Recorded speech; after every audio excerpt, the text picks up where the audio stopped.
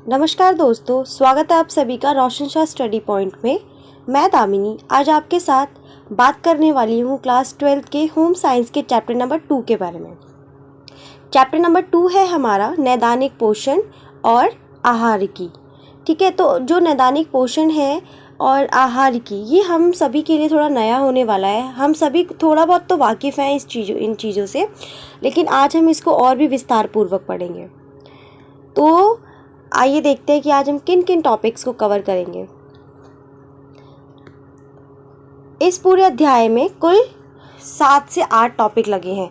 ठीक है, जिसमें हम पहले बात करेंगे इंट्रोडक्शन की, पोषण, उसके बाद हम नैदानिक पोषण के बारे में बात करेंगे, जिसे इसका एक उपनाम हम रोग विषयक पोषण भी कहते हैं। उसके बाद नैदानिक पोषण का क्या महत्व है, इसके बारे में चर्चा करेंगे। फिर हम आहारिकी के बारे में जानेंगे। क्योंकि जो आहारिकी है, जैसा कि आपने जाना कि आपका जो चैप्टर नेम है वो है पोषण, नैदानिक पोषण और आहारिकी। तो आपको नैदानिक पोषण और आहारिकी दोनों को समझना काफ़ी ज़रूरी है, इसलिए। उसके बाद हम जानेंगे आहार चिकित्सा। जैसा कि आपको नाम से ही समझ में आ रहा है, तो उसके हम थोड़ा सा और इस बारे में जानेंगे कि आहार चिकित्सा क्या है, इसका क्या इम्पोर्टेंस होता है। उसके बाद भोजन की सघनता में परिवर्तन, और लास्ट टॉपिक रहेगा हमारा भोजन देने के प्रकार। फिर ये तो सारा जो हम पढ़ेंगे वो सारा भोजन, पोषण, नैदानिक पोषण, आहार चिकित्सा और उपचारात्मक आहार, इस बारे में पूरा हम पढ़ने वाले हैं। फिर पढ़ने के बाद हम देखेंगे कि हम ये पढ़ के, या अगर आगे हम ग्रेजुएशन में या फिर एमए में अगर इस प्रकार के कोई कोर्स लेते हैं तो उन किन किन क्षेत्रों में हम काम कर सकते हैं, यानी कि क्या दायरा है उसका। तो हमारा जो अंतिम टॉपिक होगा वो होगा दायरा, कि अगर हम नैदानिक पोषण या फिर आहारिकी जैसे विषय में अगर हम ज़्यादा रुचि रखते हैं, या जो स्टूडेंट भी ज़्यादा रुचि रखते हैं, अगर वो आगे इसको कंटिन्यू करना चाहते हैं, तो उनके लिए क्या क्या स्कोप है या किन किन क्षेत्रों में वो काम कर सकते हैं। तो ये कुछ टॉपिक्स हैं जो आपके पूरे चैप्टर में लगे हुए हैं। बाकी बात करते हैं अगर हम आज के इस वीडियो में कौन कौन से टॉपिक कवर करेंगे, तो वो है पोषण, नैदानिक पोषण, उसके बाद नैदानिक पोषण का महत्व, फिर हम चर्चा करेंगे आहारिकी की, उसके बाद आहार चिकित्सा। यानी कि हम आज 4 से 5 टॉपिक कवर करने वाले हैं जो कि मोस्ट इम्पॉर्टेंट हैं। ठीक है, और आप सभी इनसे कहीं ना कहीं परिचित भी होंगे। बस कुछ ही ऐसे कॉन्सेप्ट्स हैं जो आपको थोड़े से नए लगेंगे, लेकिन हम उनको समझेंगे तो आपको वो क्लियर हो जाएंगे। तो स्टार्ट करते हैं फिर आज की वीडियो। और स्टार्ट करने से पहले आप सभी को एक अनाउंसमेंट, अगर आप लोगों ने मेरा चैनल सब्सक्राइब नहीं किया है तो please do subscribe now. And अगर जो भी स्टूडेंट होम साइंस जिनके भी पास है, आप लोग ये उनको शेयर कर सकते हैं ताकि वो लोग भी होम साइंस को अच्छे से समझ सकें। स्टार्ट करते हैं फिर आज की वीडियो।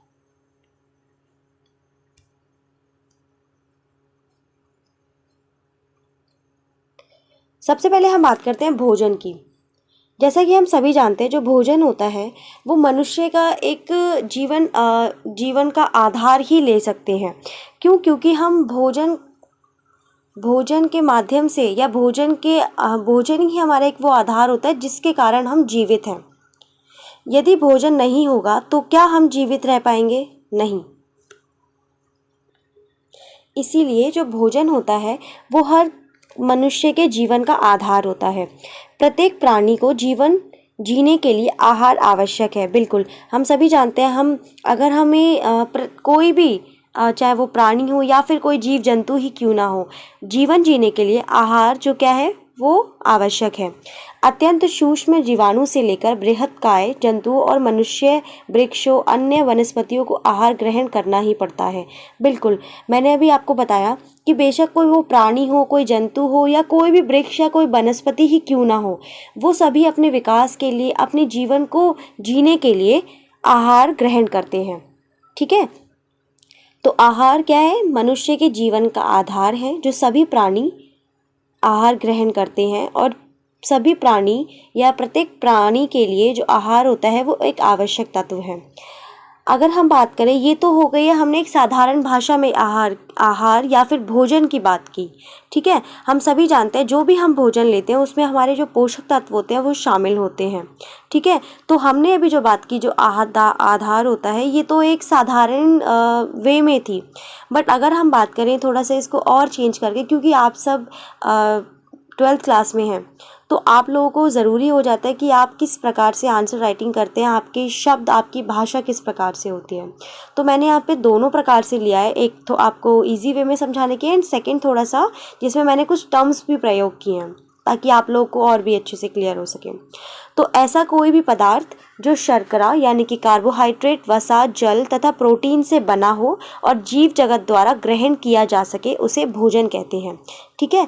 तो अगर हम इसको एक थोड़ा सा अच्छी डेफिनेशन की बात करें, तो अच्छी डेफिनेशन में होगा भोजन का मतलब कि ऐसा कोई भी पदार्थ जो किससे बना हो, शर्करा यानी कि कार्बोहाइड्रेट हो जिसमें, वसा, जल और प्रोटीन से बना हो और जीव जगत द्वारा ग्रहण किया जा सके, उसे हम भोजन कहते हैं। आप सभी जानते हैं कि भोजन हम केवल वही करते हैं जो हम ग्रहण कर सकते हैं, जिसमें हमें पोषक तत्व की प्राप्ति होती है। हम कोई भी ऐसा पदार्थ या ऐसा कोई भी भोजन तो नहीं करते जिससे हमें ग्रहण ना किया जा सके। हम सिर्फ वही भोजन करते हैं जो हमारा शरीर, हमारा जो पाचन तंत्र है वो ग्रहण कर सकता है और उसमें से जो पोषक तत्व वो निकाल के अपनी बॉडी में यूज़ कर सकता है, ठीक है। तो क्या है, जो शर्करा, ऐसा पदार्थ जो शर्करा, वसा, जल आदि से मिलकर बना हो और जीवन जीने के लिए या जीवन जीने के लिए जो भोजन होता है वो एक अति आवश्यक तत्व है, जैसे कि मैंने आपको पहले भी बताया। उसके बाद जीव न केवल जीवित रहने के लिए बल्कि स्वस्थ और सक्रिय जीवन बिताने के लिए भी भोजन करते हैं। बिल्कुल, हम सभी जानते हैं जो भी हम भोजन करते हैं वो केवल हम जीवित रहने के लिए तो नहीं करते ना। हाँ, आपने बस ये बात तो सुनी या ये टर्म सुनी होगी कि कुछ लोग जीने के लिए खाना खाते हैं तो कुछ खाने के लिए जीते हैं, ठीक है। तो वो बात अलग हो जाती है। लेकिन अगर हम बात करें भोजन की, तो केवल हम जीवित रहने के लिए नहीं खाते, हम स्वस्थ रहने के लिए भी खाते हैं। क्यों? क्योंकि भोजन और व्यायाम या योग ही एकमात्र ऐसे साधन है या सोर्स हैं जो हमें स्वस्थ रहने में सहायता करते हैं, ठीक है। तो क्या है, जो जीव हैं वो न केवल जीवित रहने के लिए बल्कि स्वस्थ और सक्रिय जीवन बिताने के लिए भी भोजन करते हैं। आपने देखा होगा, हम जिस प्रकार का भोजन करते हैं वैसे ही हमारा मन और वैसे ही हमारा जो तन हो जाता है, यानी कि जैसा भोजन या जैसा अन्न वैसा तन। तो जो हमारा भोजन होता है उसका प्रभाव हमारे शरीर पर पड़ता है और शरीर पर पड़ने से हम सभी जानते हैं कि जिस प्रकार का हम भोजन करेंगे वैसा हमारा शरीर होगा। यदि हम थोड़ा तेलीय भोजन करते हैं या फिर भारी भोजन करते हैं तो हमारा जो बॉडी है वो उसको डाइजेस्ट नहीं कर पाएगी, हम थोड़ा लो फील करेंगे। लेकिन वहीं अगर हम थोड़ा लाइट भोजन करते हैं या लाइट ब्रेकफास्ट, डिनर जो भी करते हैं, तो हमारी जो बॉडी है वो इजीली मूव करती है, ठीक है। और भोजन में अनेक पोषक तत्व होते हैं जो शरीर का विकास करते हैं और उसे स्वस्थ रखते हैं और शक्ति प्रदान करते हैं। बिल्कुल, हम सभी जानते हैं कि भोजन में कुछ ऐसे पोषक तत्व होते हैं जो क्या करते हैं, हमारे शरीर का विकास करते हैं। जैसे जो प्रोटीन होता है वो हमारे ऊतकों के लिए सहायक होता है, ठीक है। ऊतकों के लिए सहायक होता है, यानी कि आपने देखा होगा हमें प्रोटीन की आवश्यकता क्यों होती है? क्योंकि जो हमारी ऊतक होती हैं, जो हमारे टिश्यूज़ होते हैं वो टूट फूट जाते हैं तो उनकी मरम्मत करता है। विटामिन सी जो होता है वो हमें इम्यूनिटी प्रदान करता है। इसी प्रकार से जो अलग अलग पोषक तत्व हैं, कार्बोहाइड्रेट, वसा, विटामिन्स और खनिज लवण, इस प्रकार से ये सब मिलकर हमारे शरीर का विकास करते हैं, ठीक है। शरीर का विकास करते हैं और हमारे शरीर को स्वस्थ रखते हैं और शक्ति प्रदान करते हैं किसी भी कार्य को करने के लिए। तो भोजन का मतलब होता है कि ऐसा पदार्थ जो शर्करा, वसा, जल और प्रोटीन से मिलकर बना हो और जो जीव जगत द्वारा ग्रहण किया जा सके, ठीक है। अब हम नेक्स्ट देखते हैं पोषण की। पोषण हम सभी समझते हैं। पोषण का मतलब पहले तो मैं एक बार नॉर्मली शब्दों में आपको बता दूं। पोषण मतलब आपने कोई भी भोजन किया, ठीक है। अब आप ऐसे तो कोई भोजन नहीं करेंगे, आप सोच समझ के अपनी डाइट के अनुसार, अपनी लाइफस्टाइल के अनुसार, अपने कल्चर के अकॉर्डिंग आप भोजन करते हैं, ठीक है।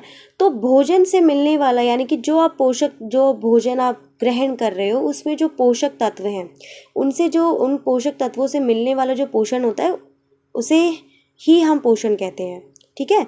तो साधारण शब्दों में अगर कहें तो पोषण एक प्रकार की वह जीव रासायनिक क्रिया है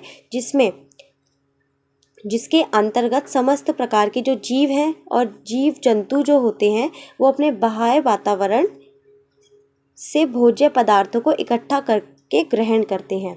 ठीक है, यानी कि पोषण एक प्रकार की वह जीव रासायनिक क्रिया है जिसके अंतर्गत क्या होता है, जितने भी समस्त प्रकार के जीव होते हैं, जीव जंतु, वो अपने बाह्य वातावरण से भोज्य पदार्थों को इकट्ठा करके ग्रहण करते हैं। और मैंने आपको बताया कि जो भी आप भोज्य पदार्थ ग्रहण करते हैं उनसे मिलने वाले जो पोषक तत्व होते हैं, उनसे मिलने वाला जो पोषण होता है, उसे ही हम वास्तविकता में न्यूट्रिशन या फिर पोषण कहते हैं। ठीक है, और इनसे मुक्त होने वाली जो ऊर्जा होती है उससे अपने शरीर का विकास होता है। यानी कि जो भी आप भोज्य पदार्थ ग्रहण करते हैं उससे मुक्त होने वाली जो ऊर्जा होती है उससे हमारे शरीर का विकास होता है और हम कार्य करते हैं। ये जो विधि होती है वो क्या कहलाती है, पोषण कहलाती है। यानी कि जो भोज्य पदार्थ आप ग्रहण करते हैं, इकट्ठा करते हैं, हम फिर उनको ग्रहण करते हैं और ग्रहण करने के पश्चात उनसे जो मुक्त होने वाली ऊर्जा है उससे हमारे शरीर का विकास होता है और शरीर का विकास होने के कारण हम कार्य कर पाते हैं। हम सभी जानते हैं कि अगर हमने कुछ नहीं खाया होता या हमें भूख लगी है या हम खाली पेट होते हैं तो उस समय हम काम नहीं कर पाते हैं। क्यों? क्योंकि हमारी बॉडी को भी तो एनर्जी चाहिए होती है। इसीलिए तो बॉडी को भी एनर्जी चाहिए होती है, इसीलिए हमें भोज्य पदार्थ ग्रहण करने होते हैं ताकि हमारी बॉडी को ऊर्जा मिल सके और हम कार्य कर सकें। तो ये हुई हमारी पोषण की डेफिनेशन। आई होप कि आप लोगों को पोषण का मतलब अच्छे से समझ में आ गया होगा कि पोषण का मतलब क्या होता है। ठीक है, अब हम बात करते हैं पोषण का महत्व, यानी कि सिग्निफिकेंस ऑफ न्यूट्रिशन। हम सभी जानते हैं कि मनुष्य के जीवन में पोषण का बहुत महत्व होता है। यदि वो कोई भी ऐसा भोजन करता है या कोई भी ऐसे भोज्य पदार्थ ग्रहण करता है जिसमें पोषक तत्व नहीं होते, तो क्या उसकी बॉडी जो है वो अच्छे से उसकी बॉडी का विकास हो पाएगा? नहीं। क्या वो स्वस्थ रह पाएगा? नहीं। इसीलिए पोषण ज़रूरी होता है। तो प्रत्येक प्रकार के छोटे और बड़े जीवों में पोषण अति आवश्यक होता है। हम सभी जानते हैं ये बात, क्योंकि इससे ऊर्जा मिलती है। इसीलिए पोषण के बिना जीवन ही संभव नहीं है। बिल्कुल। क्यों? अगर हमें ऊर्जा ही नहीं मिल पाएगी किसी भी भोजन को करने पर, तो क्या हम अपने दैनिक जीवन में जितने भी कार्य होते हैं उनको कर पाएंगे? नहीं। और दैनिक जीवन में जितने भी हमें कार्य करने होते हैं उन सब के लिए ज़रूरी होता है कि हमें ऊर्जा चाहिए, ऊर्जा की ज़रूरत होती है। और ऊर्जा हमें तभी मिलती है जब हम भोज्य पदार्थ ग्रहण करते हैं, और वे भोज्य पदार्थ जिसमें पोषक तत्व शामिल होते हैं। ठीक है, उसके बाद विभिन्न प्रकार के कार्य करने के लिए, बिल्कुल मैंने आपको बताया, जब आपको ऊर्जा मिलेगी तभी तो आप अलग प्रकार के मतलब आप दैनिक जीवन के कार्यों को संपन्न कर पाएंगे। यदि आपके पास ऊर्जा ही, एनर्जी ही नहीं होगी तो क्या आप उन कार्यों को संपन्न कर पाएंगे? नहीं। रोगों के बचाव के लिए अगर आप पोषण या पोषक तत्वों से युक्त भोजन नहीं करते हैं तो आपका जो शरीर है वो क्या हो जाएगा? रोगों से ग्रस्त हो जाएगा। आप अपने शरीर को रोगों से नहीं बचा पाएंगे। ठीक है, तो इसीलिए पोषण ज़रूरी होता है। क्यों? क्योंकि वो हमारे रोगों से बचाव करता है। ऊर्जा उत्पादन के लिए, बिल्कुल, हम कोई भी भोजन ग्रहण करते हैं तो उससे हमें ऊर्जा मिलती है। तो हमारे शरीर में क्या होता है? ऊर्जा की उत्पत्ति होती है। तो ऊर्जा के उत्पादन के लिए पोषण बहुत ज़रूरी होता है। शरीर की वृद्धि के लिए, बिल्कुल, शरीर की वृद्धि के लिए तो मोस्ट इम्पॉर्टेंट है। क्यों? क्योंकि हम जैसा भोजन लेंगे, आपने देखा होगा अलग अलग एज जो है वो उसमें हमारी जो ग्रोथ है वो निश्चित होती है, और उसमें थोड़ा फूड भी जो होता है वो भी निश्चित होता है। अगर हम बात करें वृद्धावस्था में तो आप तेलीय या फिर थोड़ा जो तला हुआ या फिर ज़्यादा आप मसाले नहीं खा पाते हैं। लेकिन अगर हम युवावस्था की बात करें तो उस कंपेरेटिवली आप लोग इन सारी चीज़ों को ज़्यादा पसंद करते हैं, फास्ट फूड, जंक फूड। तो क्या होता है कि शरीर की वृद्धि के लिए भी पोषण जो होते हैं वो काफ़ी इम्पॉर्टेंट होता है। इसके बाद आनुवांशिक लक्षणों की वंशगति के लिए, बिल्कुल, जो हमारे आनुवांशिक लक्षण होते हैं उनकी वंशगति के लिए भी पोषण काफ़ी इम्पॉर्टेंट होता है। ठीक है, भोज्य पदार्थों को ग्रहण करके ऊर्जा प्राप्त करना पड़ता है। बिल्कुल, मैंने बताया आपको कि भोजन हमें सबसे पहले ऊर्जा प्रदान करता है, ऊर्जा से हम कार्य करते हैं। सेकंड, रोगों से बचाव के लिए। थर्ड इज़ ऊर्जा के लिए, ऊर्जा उत्पादन के लिए। फोर्थ इज़ शरीर की वृद्धि के लिए। एंड फिफ्थ इज़ आनुवांशिक लक्षणों की वंशागति के लिए। तो पोषण का एक मनुष्य के जीवन में बहुत महत्व होता है।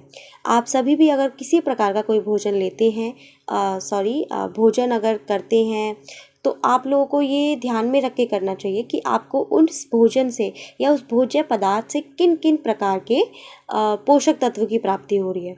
अगर आप युवावस्था में हैं तो आपको थोड़ा सा कैल्शियम लेना चाहिए, प्रोटीन वगैरह ये सब कुछ पोषक तत्व, विटामिन लेने चाहिए ज़्यादा मात्रा में, क्योंकि ये एज जो होती है उसमें एक ग्रोथ की एज होती है। तो अगर आप जितने भी पोषक तत्व लेते हैं तो ये सारे जो पोषक तत्व होते हैं वो आपके बॉडी में कहीं ना कहीं इन्वॉल्व होते हैं एंड आपकी ग्रोथ में सहायता करते हैं। ठीक है, तो अब हमारा नेक्स्ट टॉपिक है नैदानिक पोषण, जो हमारा अगर देखा जाए तो चैप्टर का नेम भी है नैदानिक पोषण। नैदानिक पोषण का अर्थ होता है किसी व्यक्ति अथवा रोगी को उसके स्वास्थ्य के अनुकूल आहार की योजना बनाकर देना। ठीक है, तो नैदानिक पोषण हमारे टॉपिक का भी नेम है, यानी कि हमारे चैप्टर का नेम भी है नैदानिक पोषण। नैदानिक पोषण से मतलब है कि किसी व्यक्ति या कोई रोगी, किसी व्यक्ति अथवा रोगी को उसके स्वास्थ्य के अनुकूल आहार की योजना बनाकर देना नैदानिक पोषण कहलाता है। तो नैदानिक पोषण का मतलब होता है नैदानिक, यानी कि प्रतिदिन का जो प्रतिदिन या फिर जो दिन होते हैं उनके अनुसार कि हमें किस दिन या फिर आज हमें किन किन डेज में या किन किन समय पे हमें किन किन पोषक तत्वों की आवश्यकता है। ठीक है, तो नैदानिक पोषण का मतलब होता है कि किसी व्यक्ति या फिर रोगी को उसके स्वास्थ्य के अनुकूल भोजन की योजना बना के देना।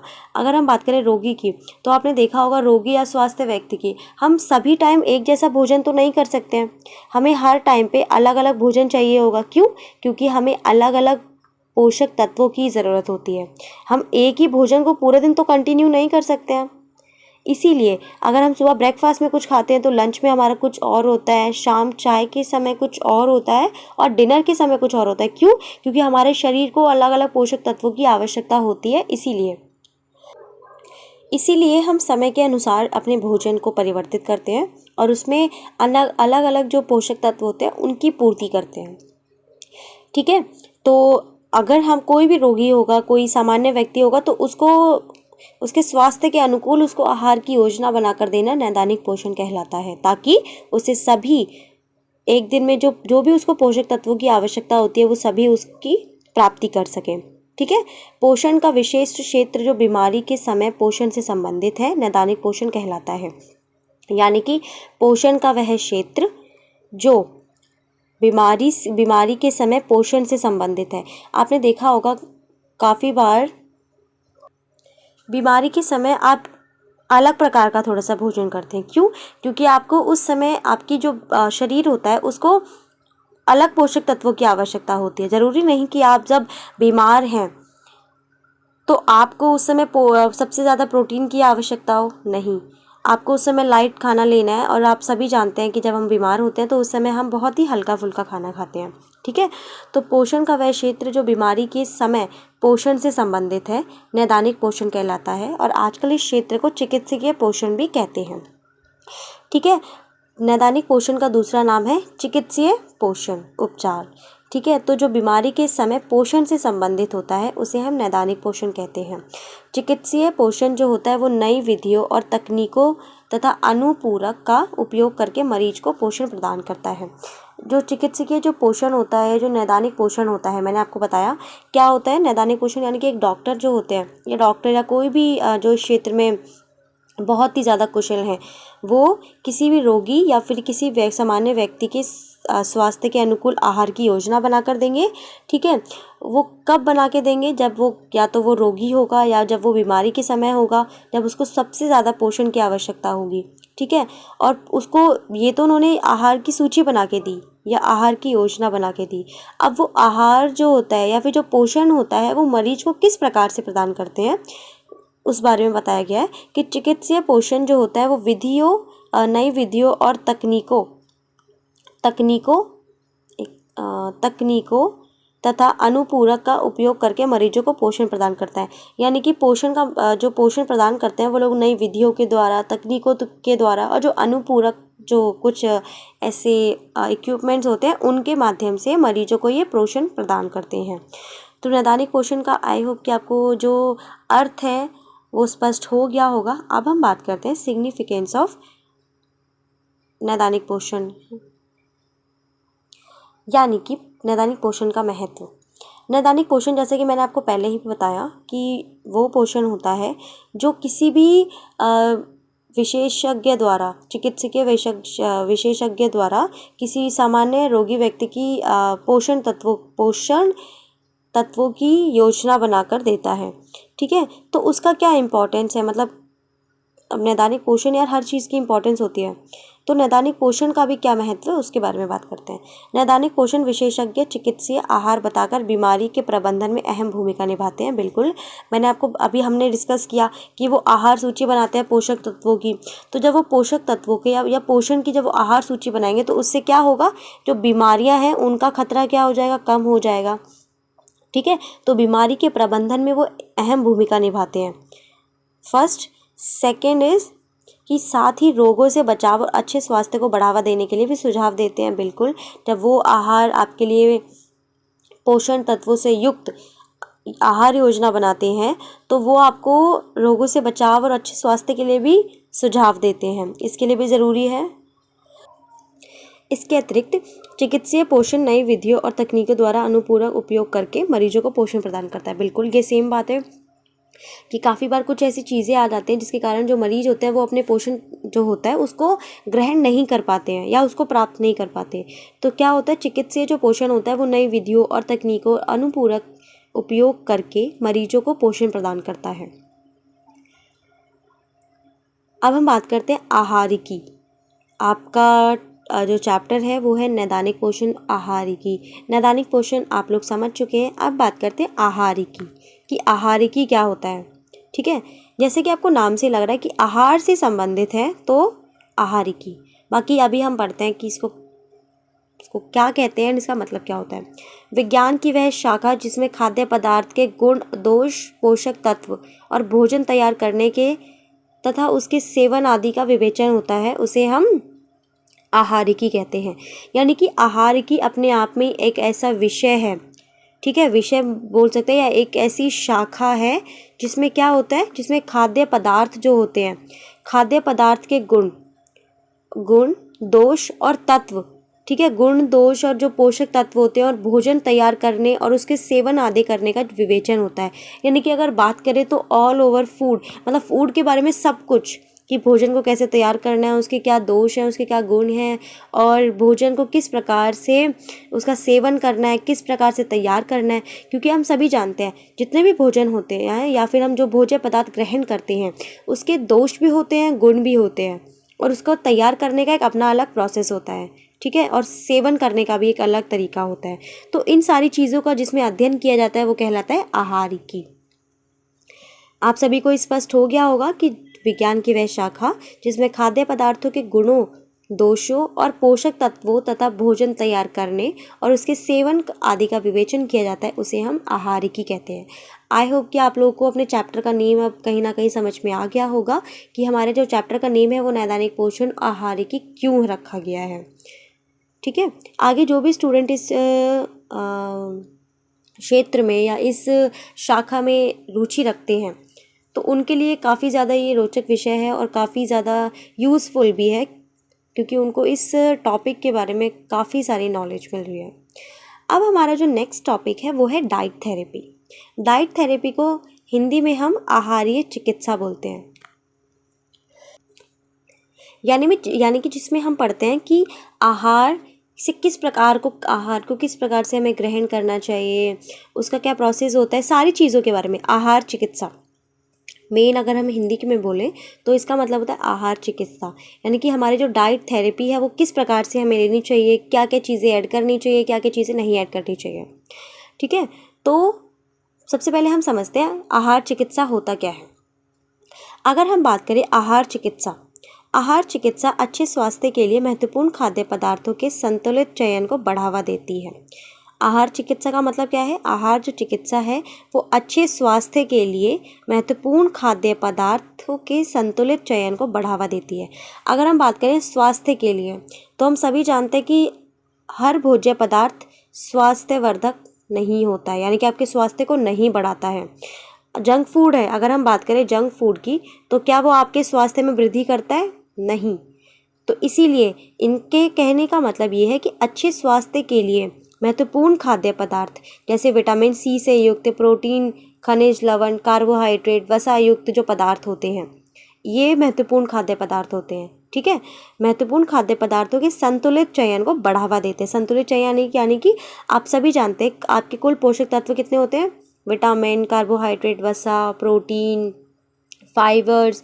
तो इन सब से मतलब इन सभी पोषक तत्वों से युक्त जो खाद्य पदार्थ होते हैं उनका संतुलित चयन। जैसे आपने मान लीजिए अगर आपको पूरे दिन में प्रोटीन भी लेना है, थोड़ा सा प्रोटीन, विटामिन्स के कुछ चीज़ें लेनी है, कार्बोहाइड्रेट, वसा, इन सारी चीज़ों का, तो आप ब्रेकफास्ट में थोड़ा सा आप प्रोटीन से संबंधित कुछ ले लेंगे, आप फिर लंच में आप विटामिन से संबंधित कुछ ले लेंगे, फिर शाम को आप कुछ कार्बोहाइड्रेट या फिर वसा से युक्त ले लेंगे, एंड रात को हो सकता है आप कुछ विटामिन या प्रोटीन या कार्बोहाइड्रेट जो भी आपके पोषक तत्व बाकी रह गए उनसे संबंधित आप कुछ ले लें। तो ये क्या हो जाएगा, ये आपकी बैलेंस डाइट हो जाएगी। ठीक है, तो बैलेंस डाइट क्या होता है, आप सभी जानते हैं कि बैलेंस डाइट अगर होगी तो आपके स्वास्थ्य में ज़्यादा तकलीफ नहीं होगी और आप लोग एक अच्छा स्वास्थ्य मेंटेन कर पाएंगे। ठीक है, तो संतुलित चयन को बढ़ावा देती है वह आहार जो रुग्णावस्था में किसी सामान्य व्यक्ति को या किसी रोगी को दिया जाता है ताकि वह जल्दी सामान्य हो सके। ठीक है, और यह सामान्य भोजन का संशोधित रूप होता है, इसे हम उपचारात्मक आहार भी कहते हैं। बिल्कुल। अगर हम बात करें चिकित्सीय आहार की डेफिनेशन के बारे में, तो चिकित्सीय आहार का मतलब होता है वह आहार जो रुग्णावस्था में यानी कि रोगी को जो उसकी बीमारी की अवस्था होती है, रुग्णावस्था में किसी व्यक्ति को दिया जाता है ताकि वह जल्दी सामान्य हो सके। ठीक है, यह सामान्य भोजन का संशोधित रूप होता है। अब आपको एक उदाहरण के माध्यम से समझते हैं।